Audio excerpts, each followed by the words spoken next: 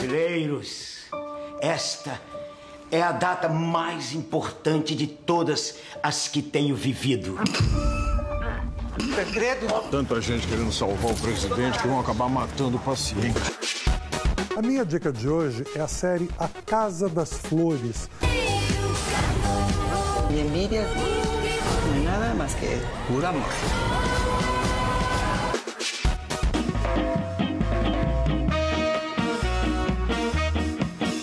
O que mudou durante esses 20 anos aí da sua carreira nesse processo musical? Em primeiro, desde mudar para o Brasil, eu acho que eu me melhorei como uma pessoa.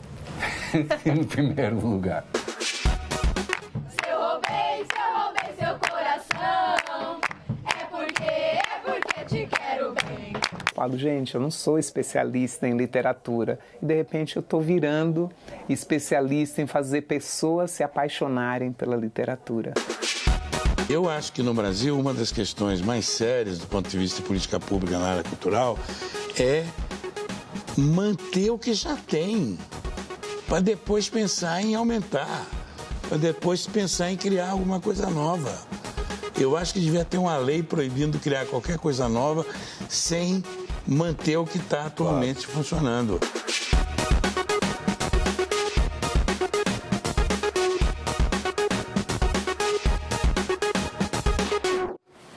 Olá, boa noite, Metrópolis no ar. E hoje a gente começa o programa com cinema, cinemão brasileiro. Tá em cartaz o filme O Paciente, que traz Otton Bastos no papel de Tancredo Neves. O Otton tá com a gente aqui no estúdio, junto com o diretor do filme, Sérgio Rezende. Que prazer tê-los aqui no estúdio do Metrópolis. Muito obrigado. Tancredo Neves nesse filme, mas num momento muito específico. É aquele momento da internação. Tancredo já eleito, Tancredo prestes a receber a faixa e começam os problemas. E é esse homem, durante esses mais de 30 dias no hospital, vivendo altos e baixos. Otton, que momento era esse do Tancredo, né? É um momento muito crucial, um momento muito especial para a gente entender a história, né? Só você consegue entender a história depois que ela passa, né? Se você na hora, você não entende. Quando Sérgio me convidou para fazer o filme, eu peguei, eu disse, não é a vida do Tancredo, não é a história política do Tancredo, senão eu teria começado desde Getúlio e aí vai 30 anos, 40, 50 anos. O importante é essa fatia do bolo da vida dele, foi tirado dessa fatia. Essa fatia são os 36 dias que ele passou no hospital e faleceu. Quer dizer, o que ele passou, o que me impressionava no filme, o que me impressiona até hoje, é o momento desse homem deitado numa cama de hospital e a espera desesperada, e a espera de que pudesse sair dali para assumir a presidência. No correr do filme, você vai vendo que ele vai esquecendo isso, vai deixando de ser ele e ser apenas aquela pessoa que está lutando, não é mais ególatra, e sim uma pessoa que quer conseguir a pátria, para renovar isso, tornar esse país de novo um país alegre, feliz,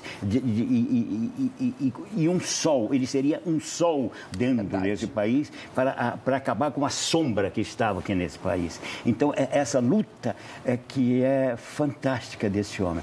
E desculpe, mas claro. eu ficava naquela cama imaginando o que ele estava sofrendo. E isso que, para mim, foi o grande trabalho para ator. Eu ficar imaginando como ele passava, como ele sofria, como ele via a vida.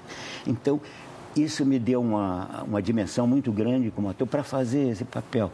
Claro. Isso era uma coisa desesperada e emocionante. Até hoje eu falo no filme, eu fico emocionado. Mas é uma verdade. Esse homem sofreu muito, gente. Sofreu desesperadamente duas coisas. Ele, como ser humano, e o desespero de alcançar uma coisa que ele vinha há anos buscando isso. Claro. E chega ali. Está na beira, na hora, como o Sérgio disse, está no pênalti, e aí machuca o pé, não pode bater o pênalti. Isso é coisa inacreditável. Esse homem eu fiquei muito emocionado fazendo e a gente se emociona foi com a sua atuação. uma única coisa que eu falei com o Sérgio. Sérgio, é o seguinte, eu não vou fazer esse filme com escolas brechtianas, com escola de Stanislavski, Grotowski, nada. A escola que vai me dar aqui é a minha alma. Que escola! Eu queria chamar todo mundo a entrar nesse clima que o filme traz pra gente e a gente continua a nossa conversa. É grave, preciso operar já. Antes da posse, não pode acontecer nada. Eu sou responsável pela estabilidade do país. Morto, o senhor não toma posse. Não deixe ninguém saber. Vão achar que ele está com câncer. Nós vamos entrar por uma porta lateral. Com licença, por favor. Presidente! Por favor, deixa ele passar. Cobre meu rosto, cobre. Cobre. Isso. São deputados, senadores, ministros. E alguns deles são médicos também. Ele não está ventilando. O que é que está acontecendo com meu marido? Tem infecção. Estão perdendo ele. Ele não vai desistir. Ele não vai desistir. Vai reabrir um homem de 75 anos pela terceira vez. Você operou errado. Ele está chocando. O que vocês fizeram? Nós? O senhor é um médico medíocre. O senhor disse ao meu marido que o senhor ia salvá-lo. Ele não sai vivo dessa mesa. Eu tô apavorado. Vai lá e salva! Vai lá e salva. É isso aí. Sérgio, esse filme é baseado, né, num livro. Numa pesquisa, né, na verdade. Isso. Uma pesquisa muito grande do Luiz Mir. Luiz Mir.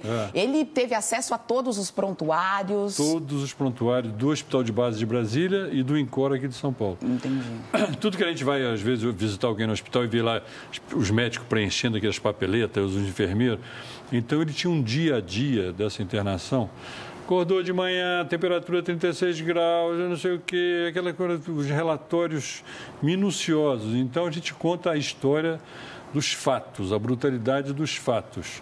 Claro. O que é que aconteceu com nesse processo todo de 37 dias de internamento. Pois é, agora a gente percebe ali no filme, que é um filme que se passa no hospital, nos corredores ali. Thriller médico. Thriller médico. Você percebe que há muitas decisões equivocadas, muitas delas ali sob a luz de tentar salvar o presidente e não o paciente, e né? acabar matando o paciente. Mas isso mesmo é uma bola de neve na montanha, né? Começou mal, diagnosticaram que o Tancredo tinha uma apendicite e que ele tinha que operar em 1 hora, senão ele morria. Abriram, não tinha apendicite. E dali operaram mal, operaram errado, ele já passou mal aquela madrugada, foi um esforço para salvá-lo e os erros foram se repetindo. E tem um amigo de Minas que diz: quem tem um médico, tem um médico. Quem tem 2 médicos, não tem nenhum. Quem tem 3 médicos, tem a medicina contra si. Eu acho que foi um pouco o que aconteceu com o Tancredo. Os médicos brigando, os médicos... Não, um vai por aqui, outro quer ir por ali. E ele sofrendo, Claro. e ele sofrendo. E enquanto isso, o Brasil paralisado. Paralisado, olhando esse homem e sofrendo e rezando e tendo esperança. Uma comoção, né, Otto? Foi uma loucura. Você se lembra em 85? Não, me lembro muito pouco, né? Quer dizer, eu já tinha idade, mas... Claro. Na verdade, aquilo foi uma comoção. Todos nós, de teatro, todos nós, nos espetáculos que a gente... Era uma loucura, era uma tristeza, né? A notícia quando chegou, eu estava fazendo uma comédia, imagina você no Rio de Janeiro, uma comédia, quando chegou que ele tinha sido internado, que estava passando mal. Então, era uma... Você sentia na plateia uma tristeza, claro. Né? E era uma loucura, foi um desespero. Não, porque foi um homem que uniu o Brasil na esperança.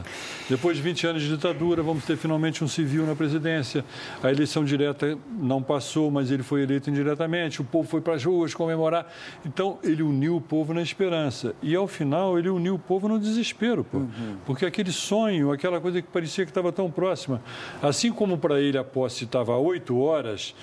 Né? Ele estava ali, a posse estava ali. Para o Brasil também estava ali aquele momento de transformação que não aconteceu. E aí veio o Sarney, e depois da primeira eleição direta já foi o Collor de Mello. Eu acho que houve um momento ali em que nós nos tornamos pacientes. Né? Nós, o povo brasileiro, que estava a gente na rua pedindo transformações, de repente a gente perplexo se percebe um paciente. Claro, mas eu vendo o filme, eu fiquei pensando que a morte do Tancredo, o quanto a morte do Tancredo não tem a ver com o Brasil que a gente vive hoje, né? Não dá pra gente não pensar isso, né? Você diz assim, a partir dali, muitas outras peças seguiram caminhos, Sem né? dúvida nenhuma. E eu acho que hoje também no Brasil que a gente está vivendo, desse tão radicalizado e tão extremado, né, o Tancredo, independente da atuação política dele na vida, mas acho que ele tinha um traço de ser um conciliador, né, de um cara que organizava um pouco as coisas, de juntar o que parecia impossível de acontecer. Eu acho que essa ideia de um homem de conciliação, né, e não radical e não polarizado, eu acho que é uma coisa que nós sentimos. Eu sinto falta disso no Brasil hoje. Claro. Otton, você disse ali no começo da nossa entrevista que o método que você utilizou foi alma, né? Exatamente. E isso quer dizer que você não passou por transformações físicas muito profundas e nem um estudo exatamente de como o Tancredo falava, não é nada disso, Não, né? eu não quis absolutamente nada disso. Eu fiquei pensando como seria o Tancredo. Não fiquei procurando a família para saber como era, como o Tancredo falava, como é que ele era. Não tivemos nada disso. O nosso estudo foi simplesmente a situação do ser humano. O que é que está acontecendo? É um ser humano que está ali, está passando por uma crise violenta. Então vamos agir como esse ser humano. Eu não procurei falar mineiramente, não procurei falar como o Tancredo, não procurei gestos do Tancredo. O que eu tenho de gestos, o que eu tenho de... É tudo emocional mesmo. Foi tudo feito com carinho. Tinha que dar uma fragilidade a esse homem. Claro. Esse homem tinha que estar numa situação de uma fragilidade inacreditável. Então não poderia ser nada brusco, nada. E tem uma coisa que eu falo, o elenco trabalhou maravilhosamente bem e nos ajudava muito. Cada um, eu estava anestesiado, mas estava ouvindo como eles falavam, como eles trabalhavam, como eles sentiam a emoção de cada colega meu. Isso foi uma loucura fantástica, né? Porque isso foi dando cada vez mais a minha dimensão, até chegar ao ponto da frase que eu digo sempre para a série, que é o to be or not to be, que era assim, eu não merecia isto. O que é que ele quer dizer com isso? O que é que ele fala? Eu não merecia isso. O que é que ele quis dizer com isso? Isso é um negócio que me deixava fascinado. Assim. E totalmente comovido. Claro, isso, né? Claro, tomado. O Sérgio, a gente, falando em comoção, né? A gente falou da comoção do Tancredo, tem uma comoção do filme também, e uma comoção também ligada a gente poder entender mais essa história, né? Porque até hoje, muita gente diz, Tancredo foi morto dentro do hospital, sofreu um atentado. E muita coisa foi escondida das pessoas, né? Muita coisa foi escondida. E a gente entra nesse momento da história com muita informação. Porque esse não é 85, né? Está aparentemente perto, mas está longe demais. Era outro mundo. Né? Se você imaginar o seguinte, não tem celular, não tem Instagram, não tem WhatsApp, não tem nada. Quer informação? Aguarde o boletim oficial. Claro. Não é isso? Um outro tempo. É um outro mundo. Então, essa desinformação, e a gente ainda vindo de uma época de censura, essa desinformação gerou muito isso. Agora, a gente vindo no avião para cá, um cara dizendo, olha, eu não acredito que ele morreu, que o Tancredo morreu de morte natural, de um passageiro. É isso. Eu não acredito. Pode falar o que quiser, eu não acredito nisso. Claro. É? Você acha que o seu filme é uma contribuição para que a gente pense nessa história de maneira diferente? Eu acho que a realidade, às vezes, é pior do que a ficção, não é isso? Então, eu vejo o seguinte, o que aconteceu, na verdade, ele não morreu de morte natural, porque ele morreu de uma sucessão de erros médicos e de coisas assim. Não é? Mas encarar isto, que foi isso, é mais difícil, às vezes, do que pensar numa hipótese fantasiosa, entendeu? De que ele tomou um tiro, que é meio heróico, ele envenenaram, né? Tem um lado, assim, mais glamuroso. Não, mas ele morreu daquilo mesmo, né? Muito bem. O Paciente nos cinemas. Eu queria só mostrar uma coisa aqui que o Otton trouxe. A gente estava conversando, ele foi e tirou da bolsa, que é que uma pessoa que assistiu ao filme, estava lá, ele estava tomando um cafezinho, mandou um bilhetinho para ele, porque é um filme que tá isso, tá? O pessoal tá falando com você no avião, estão falando com você na rua, né, falando Otton? Comigo, me chamando de presidente. Te chamando de presidente. Presidente, opa, é comigo. Né? Inclusive, na última pesquisa, ele pediu para incluir o nome dele. Olha, não fala isso não, que ele vai ter voto. Para finalizar, eu só queria dizer uma coisa para vocês. A história ali me emocionou muito e me emocionou muito, principalmente nesse momento que a gente está vivendo. Essa história, desses ecos, desses pedidos de retorno à ditadura, de intervenção militar. E a gente vê ali o povo brasileiro clamando por democracia. A gente não pode voltar atrás, né? Pelo amor de Deus. Pelo amor de Deus. Isso, pelo amor de Deus. É capaz de se levantar e reclamar. Né? Não pode deixar que aconteça uma coisa dessa. Não, Deus é uma gente, luta. Depois que esse homem sofreu para conseguir mudar esse país, o país tem que ser mudado mesmo, não pode voltar atrás. Né? Muito obrigada, Opa. Parabéns pela atuação, Otton. Obrigado. Parabéns, Sérgio, foi um prazer conversar com vocês. Pô, bom demais. Muito bom. Maravilha.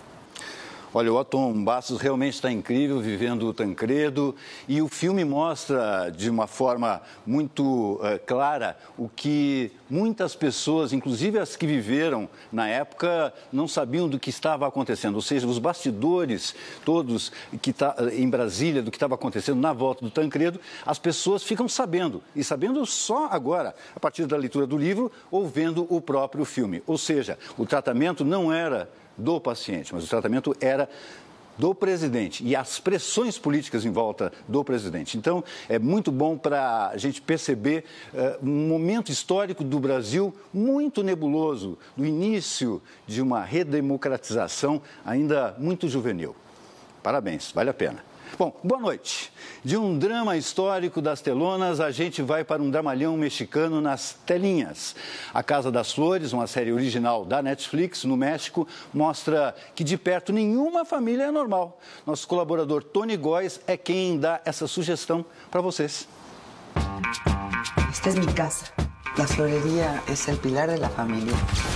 La gente dice que somos la familia perfecta. Y eso es lo que van a ver. A minha dica de hoje é a série A Casa das Flores, da Netflix.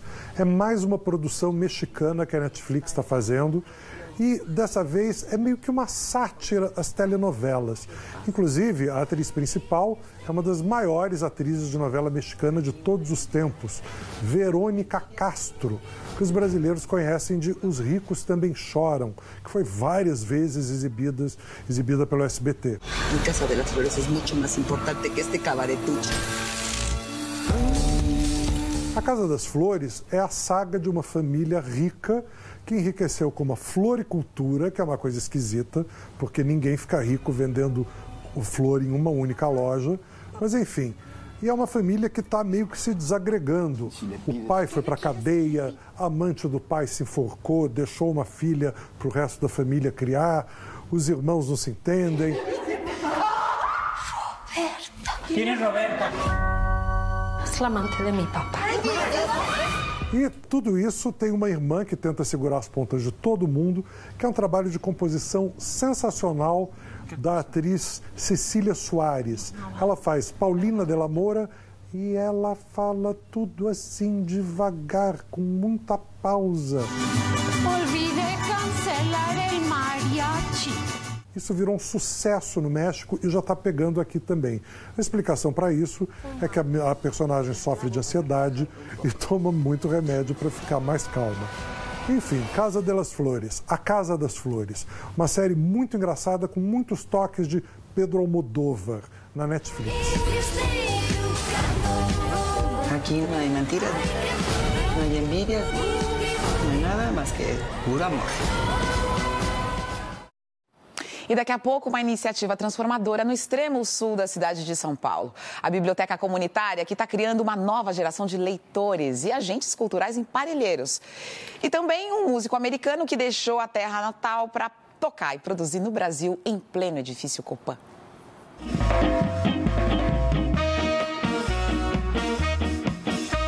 que mudou durante esses 20 anos aí da sua carreira, nesse processo musical? Em primeiro, desde mudar para o Brasil, eu acho que eu me melhorei como uma pessoa.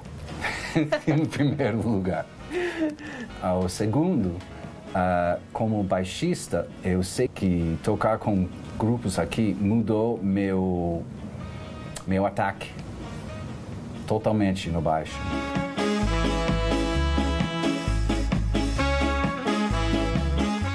Victor Rice é produtor e engenheiro de som muito requisitado. Americano, escolheu o Brasil para viver. Mais precisamente o icônico edifício Copan.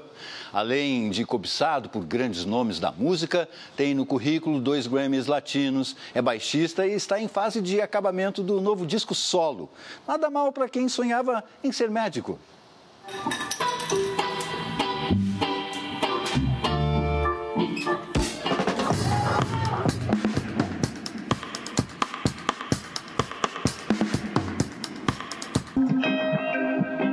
Deixando a rede furar. Por que o Brasil? Porque você já está aqui há 16 anos, né? Minha primeira vez aqui foi 20 anos atrás, em 98, tocando baixo com uma banda de esquiar de Nova York chamada os Toasters. E adorei. E eu já estava procurando outro lugar para morar, já não gostava mais de Nova York. Quando eu conheci São Paulo, eu falei, nossa, aqui, Nova York era assim. E aqui não tem neve, não congela. Eu falei, melhor ainda. E por que o Copan? Eu acho que qualquer pessoa que desce na Consolação, naquela hora que o sol está se pondo e o Copan brilha em ouro, eu falei, qual prédio que é isso, meu irmão? É incrível, eu me sinto que estou no Blade Runner agora. Ele falou, isso é o Copan. Tem gente que mora lá. Ele falou, é residência. Quero morar lá.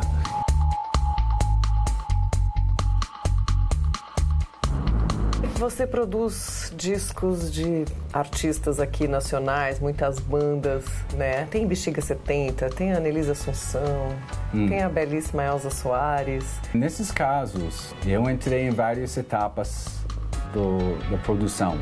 Com o Bexiga 70, a gente tinha um longo relacionamento de eu ajudar na gravação também.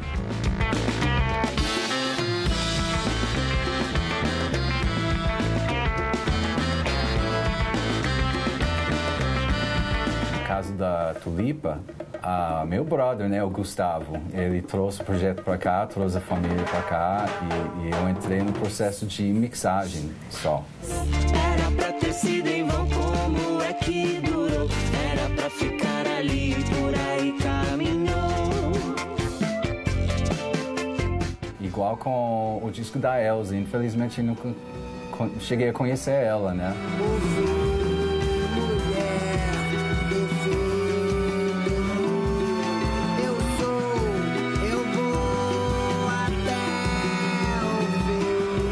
Além de produtor, você também é protagonista. Então, você está lançando seus discos, né?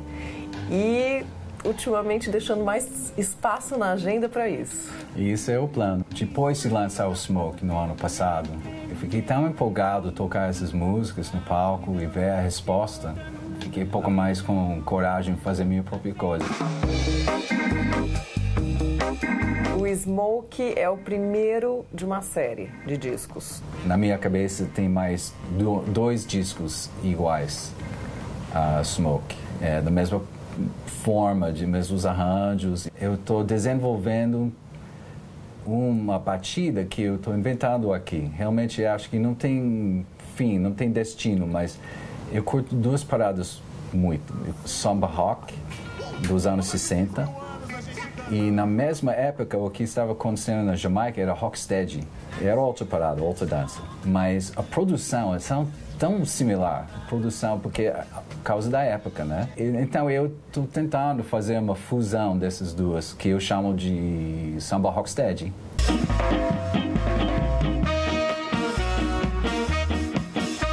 O que mudou durante esses 20 anos aí da sua carreira, nesse processo musical? Em primeiro, desde mudar para o Brasil, eu acho que eu me melhorei como uma pessoa.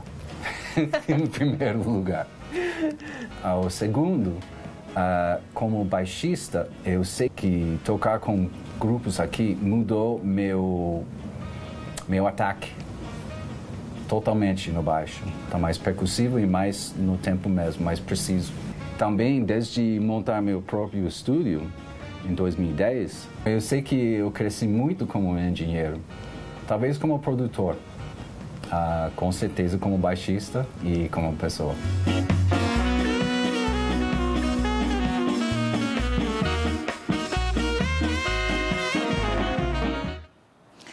A 50 quilômetros do centro de São Paulo, numa região onde até o sinal de celular é fraco, fica uma biblioteca comunitária conectada com a vida de muita gente. Um projeto que vai completar 10 anos. É a Biblioteca Caminhos da Leitura, que apostou na gestão dos jovens da própria comunidade. Deu muito certo.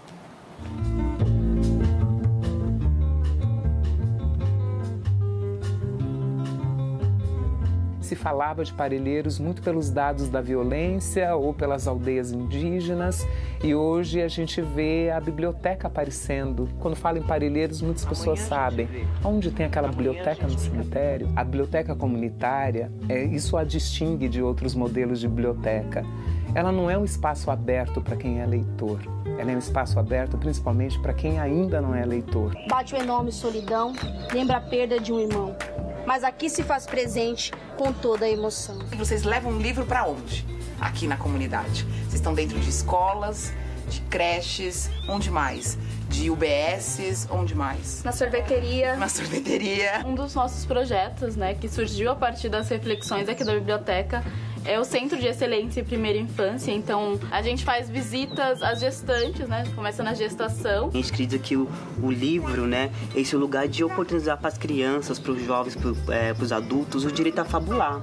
Porque, às vezes, nossos pais, nossos irmãos passam muito tempo indo para o centro, dentro do ônibus, nessa vida dura. E, às vezes, esse é o espaço que as pessoas vêm para poder sonhar. Eu escrevi contra essa coisa de achar que só porque você é pobre, você tem que então ler literatura de gente pobre. Não!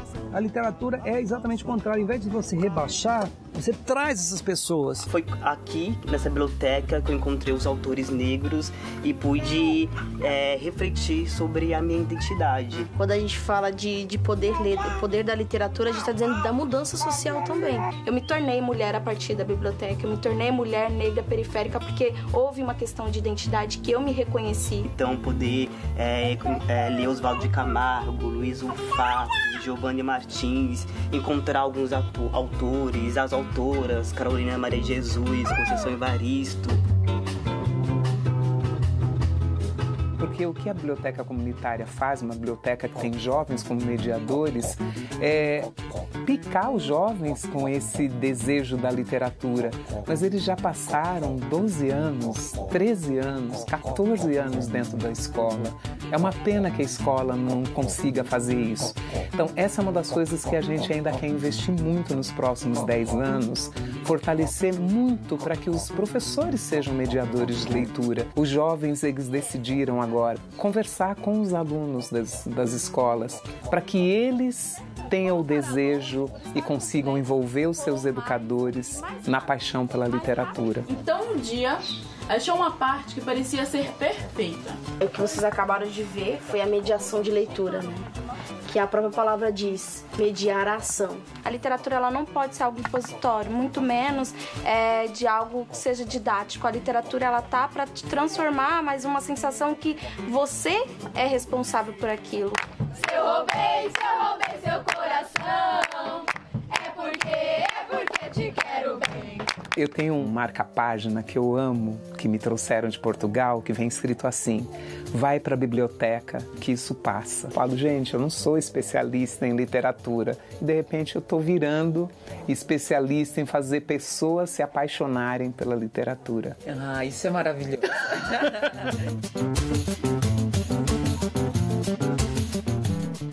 E no próximo bloco vamos receber o diretor regional do SESC, Danilo Santos de Miranda, para discutir a cultura do nosso país e mostrar muitos caminhos para a gente.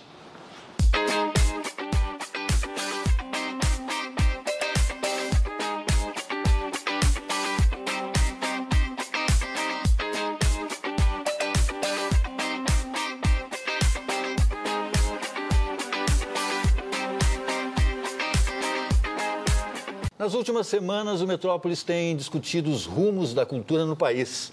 O momento é agora, porque daqui a pouco vamos escolher quem vai comandar o Brasil, os estados, quem vai estar nas câmaras estaduais e federal. Para falar sobre o que está faltando, nossos problemas e mostrar alternativas, está aqui com a gente Danilo Santos de Miranda, que é diretor regional do Sesc São Paulo, um dos principais motores da cultura do país. Boa noite, Danilo. Boa noite. Seja bem-vindo ao Metrópolis. Obrigado. Bom, eu falei desse clima aí, né, de eleições, etc. A gente tem que começar com isso. E, Danilo, é muito preocupante porque poucos programas de governo dos candidatos à presidência trazem projetos claros sobre a cultura. Alguns nem citam. Não citam. Por que então que a cultura é vista como supérfluo, como perfumaria pelos dirigentes, candidatos? Essa talvez seja a questão central dos nossos problemas, do ponto de vista da análise que se faz da questão da cultura no Brasil. É a desimportância, o fato de não ter relevância, de não ter despertado na atenção das candidaturas, não só das candidaturas, dos dirigentes, dos políticos, a real importância da cultura como um elemento vital na transformação de uma sociedade.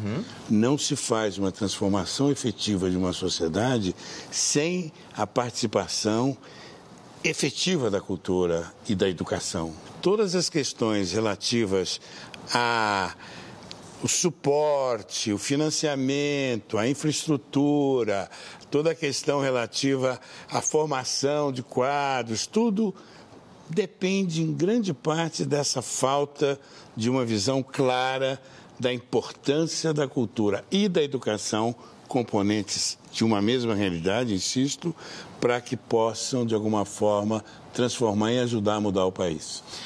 Bom, Danilo, aqui, o secretário estadual de Cultura, o Romildo de Pinho Campelo, ele tem uma questão para colocar nessa conversa.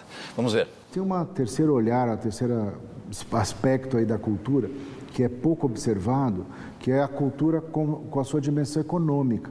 E, nesse sentido, um dos problemas é que a própria cultura não tinha feito o esforço de demonstrar esse espaço, quanto que ela ocupa no PIB, na produção de riqueza do Estado e do país. Contratamos a Fundação Getúlio Vargas para avaliar qual o impacto e qual a importância da economia da cultura no Estado de São Paulo, pela primeira vez.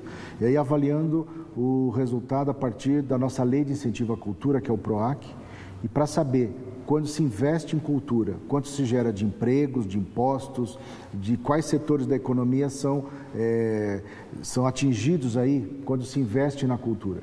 E aí, quando você tem esse dado na mão, quando você tem esta avaliação, percebe-se claramente que a cultura é um forte gerador de emprego, é um setor que, quando você investe, ele rapidamente responde na economia.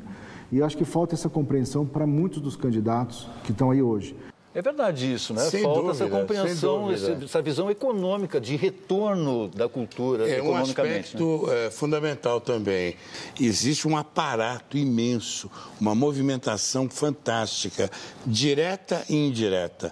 Direta, eu digo, no campo em si mesmo, aquele que mexe numa exposição, aquele que atua diretamente na montagem, aquele que faz o transporte das obras, aquele que está ali envolvido diretamente na realização, indiretamente em toda uma série em volta de organizações no campo do turismo, no campo da infraestrutura. Ou seja, um retorno efetivo, imenso, né? Imenso. Os Estados Unidos vê muito e se aproveitam muito bem disso. Indústria de cinema bilionária, indústria de show business bilionária, fantástica. Teatro, turismo, tudo isso. Então existe um setor da economia vastíssimo que se vale desse campo do imaginário, digamos assim, desde a edição de publicações, espetáculos, exposições, ações as mais variadas e tudo que tem à volta disso. Sem falar do turismo, né? Claro. Sem falar do turismo, que é também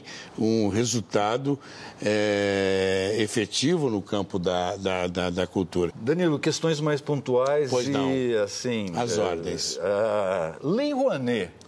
Importantíssima. Muita gente acha, opiniões são diversas, muita gente acha que apenas os artistas consolidados se beneficiam, ou mais facilmente se beneficiam, vamos dizer assim, enquanto que outros setores que são mais invisíveis, que eram até há pouco tempo, por exemplo, o Museu Nacional, né? O famoso Museu Nacional. Que até há pouco tempo era invisível. Ganhou visibilidade pelo desastre por causa que do teve. desastre. Olha, exatamente. O que você acha da Lei Rouanet? A Lei Rouanet teve um efeito importante do ponto de vista de nos acostumar, nos ensinar, nos mostrar a importância do envolvimento da empresa, dos empresários, do mundo empresarial na produção, no financiamento, na realização de ações culturais. Esse foi um grande aprendizado. Agora, ela tem algumas questões, sim. Ela tem questões relativas a essa questão da distribuição do recurso, ela tem a questão da regionalização dessa distribuição de maneira adequada, ela tem, às vezes, alguma questão ligada ao mundo da publicidade, invadindo um pouco de maneira exagerada o mundo da cultura. Então, tem aí algumas discussões que já vêm de alguns governos para trás, aprofundando um aperfeiçoamento, uma discussão que está no Senado, que está em discussão até agora, que é o Procultura, que é alguma coisa que aperfeiçoaria a Lei Rouanet, dando mais condições para que essa distribuição seja mais democratizada, mais igualitária, levado para as regiões onde a população necessita de mais atenção. Às vezes aparecem algumas coisas financiadas que parece que não mereceriam por terem já um apelo comercial muito intenso, que poderia se bastar por si mesmo. Então, essa discussão tem que ser aberta, discutir com toda a frequência, com toda a profundidade, com muita frequência, e com isso tornar esse assunto mais conhecido, de modo que a gente possa resolver esse problema. Mas tem um projeto que está na mão do Congresso, está na mão do Senado, para discutir isso de maneira mais completa. Danilo, vamos falar sobre o SESC. Maior prazer. A sua ligação com o SESC é anterior a que você começou a ser diretor. Você tem uma ligação com o SESC desde 1968. Eu entrei no SESC em 1968, 1º de novembro, vai fazer 50 anos. Você é diretor regional do SESC São Paulo desde 84. Isso mesmo.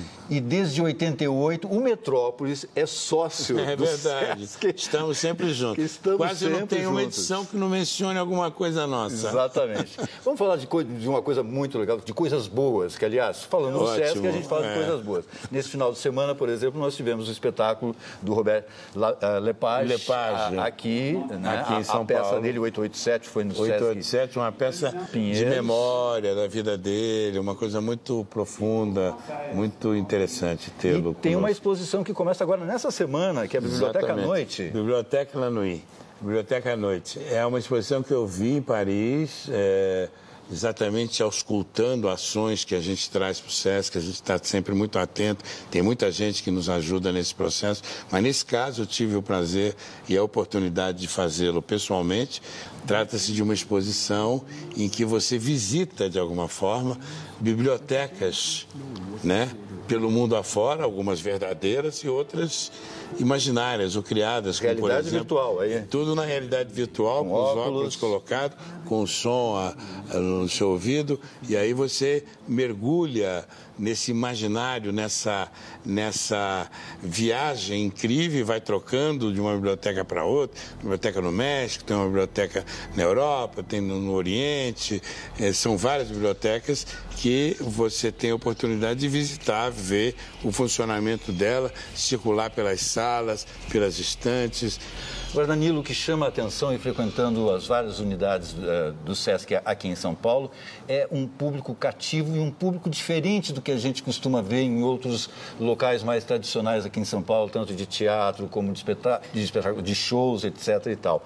Como é que você pensa, como é que vocês pensam para atrair o público para os mais variados tipos de espetáculos, não só com pessoas famosas, mas até espetáculos com iniciantes e tal? Claro. Diante desta pesquisa que nós temos aqui, de que 44% da população não frequenta atividades culturais. E o SESC está sempre cheio. Na realidade, Cunha, trata-se do seguinte: nós somos uma instituição que recebe a contribuição das empresas através de todo um mecanismo criado desde os anos 40 do século passado, que é uma contribuição compulsória que faz com que a gente realize um trabalho, seja no campo da cultura, da atividade física, da saúde, da educação, da alimentação, em vários campos. Então, nós somos subsidiados e mantidos por essa contribuição. O retorno que se faz, que se tem que fazer, é entregar exatamente esse serviço prestado que o SESC, nesses campos todos, e um dos campos é no campo da cultura. E ao entregar isso no campo da cultura, nós temos possibilidade de realizar essa ação em condições adequadas, atraindo o maior número possível de pessoas, criando e fazendo um esforço que eu chamaria de criação de plateia. Ou seja, dando oportunidade àqueles que não têm com frequência essa oportunidade de entrar no teatro, seja para um cinema, para um filme, seja para um teatro, seja para a música, seja para o que for, e desta maneira ter contato com uma produção efetiva, importante, necessária, essencial para o ser humano. Claro. A arte é essencial para o ser humano. Então nós temos que imaginar que nós temos que cumprir essa missão de uma maneira integral. Então, você fazer isso com qualidade, em primeiro lugar, fazer isso de maneira adequada do ponto de vista econômico, não é gratuito. Geralmente são preços convidativos, preços subsidiados, super acessíveis, mas sempre pago. Claro. A nossa política é essa e é importante que assim o seja, não é, por uma questão de participação efetiva das pessoas. Então, qualidade, preço adequado, num lugar confortável, adequado, bem construído, com uma arquitetura adequada, atrai. Agora, como ampliar tudo isso legal que a gente está falando para o país, para a cultura, para a política cultural do país, sendo que o orçamento do Ministério da Cultura é menos de 1% do orçamento realmente da União. Sabe quanto é que dá verba de investimento? 550 milhões. Não dá para fazer nada. Quanto é que no país inteiro. Quanto é que é o orçamento do SESC? O SESC na área cultural não tem muito mais do que isso, não, exclusivo na área cultural. Mas o SESC atua em muitas outras áreas também. Nós temos um orçamento superior a 1,5 bi, mas é relativo a tudo que nós fazemos. As construções todas estão sendo feitas, toda a questão relativa aos outros programas, atividade física, as nossas áreas de manutenção muito importantíssimas. Não basta construir, né? Tem que manter. Isso para nós é vital. O exemplo do museu agora é terrível. Sim. Né? É terrível porque não basta criar uma estrutura nova, você tem que manter.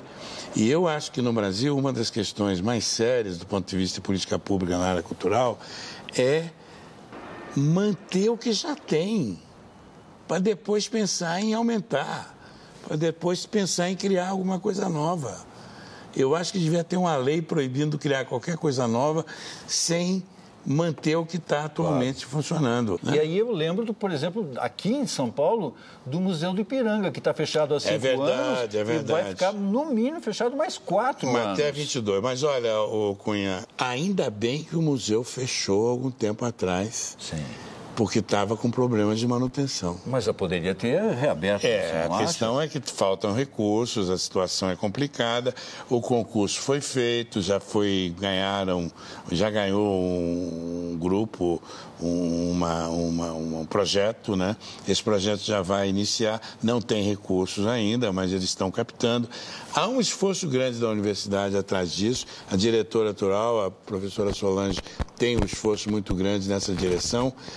Eu diria que, sem querer comparar com o que aconteceu no Rio de Janeiro, pelo amor de Deus, eu não tenho detalhes para poder aprofundar isso. Também pertencia lá a uma universidade, um museu. Sim. Mas, no caso de São Paulo, apesar da grita geral, que eu acho que tem justificativa em grande parte, nós cumprimos o que tinha que ser feito. Concordo plenamente com você, porque tem que fechar antes que aconteça algum desastre. Exato. Mas eu pergunto o seguinte, é porque, infelizmente, no Brasil, não querendo comparar, quer dizer, não querendo e já comparando, na Inglaterra, por exemplo, o Royal Opera House, em 3 anos, eles fizeram as reformas todas necessárias. Por quê? Mas porque lá a cultura está num outro patamar. É importante, os investimentos são muito maiores. Um outro exemplo aqui, a Comédie Française, que ficou fechada. Enquanto ela ficou fechada, eles abriram um espaço alternativo.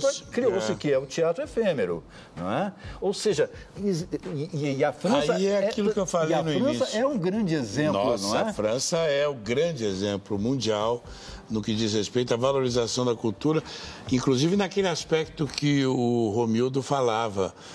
É uma grande fonte de receita para a França, né? O mundo da cultura, seus museus, suas coleções todas, suas ações culturais ampliadas no sentido de outras modalidades, como moda, gastronomia, que é fortíssimo, que também é parte da cultura, que tem esse componente importante. A França é um exemplo extraordinário, mas tem órgãos nacionais fortíssimos que dão conta disso e atribuem e colocam recursos, né? Lá a área cultural, o Ministério da Cultura tem uma força extraordinária, né? Claro. E consegue participar do núcleo duro, digamos assim, do governo. O núcleo duro do governo. Nossa área cultural no Brasil, em nenhuma das nossos níveis, municipal, estadual, federal, participa do chamado núcleo duro do governo, ou seja, aquele que realmente tem a força de tomar decisões efetivas de interesse público, né? Fica sempre na dependência, da boa vontade do dirigente máximo, etc.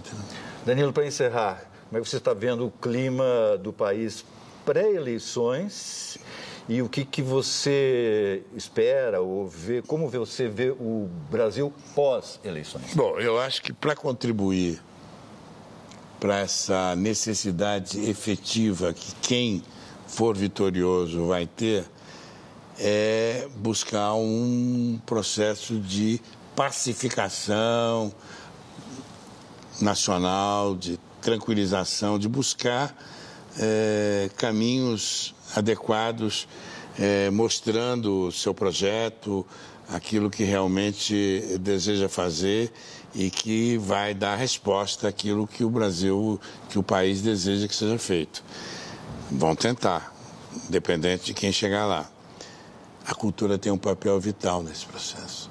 A educação, como disse desde o início, e a cultura. A cultura é que mexe na cabeça das pessoas. A cultura é que faz com que as pessoas valorizem aquilo que precisa ser realmente valorizado.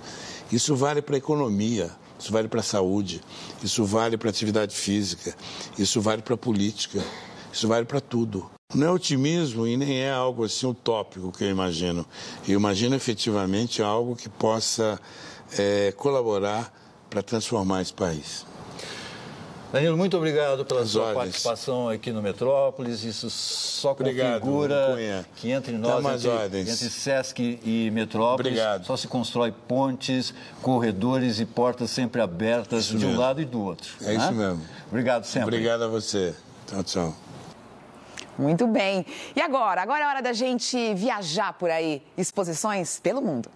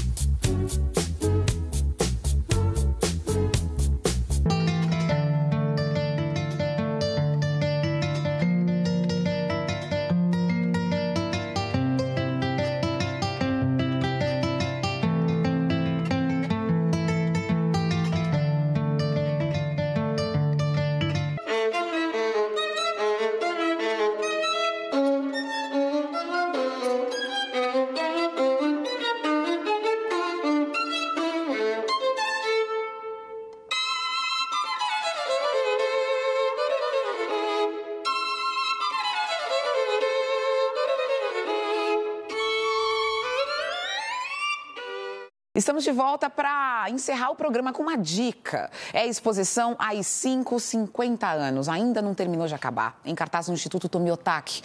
É a arte inserida dentro da história do país, apresentando obras produzidas em meio à censura, à repressão, a toda a tensão da ditadura, né, Cunha Júnior? Exatamente. Eu já fui até o Instituto Tomiotaki e vi essa exposição.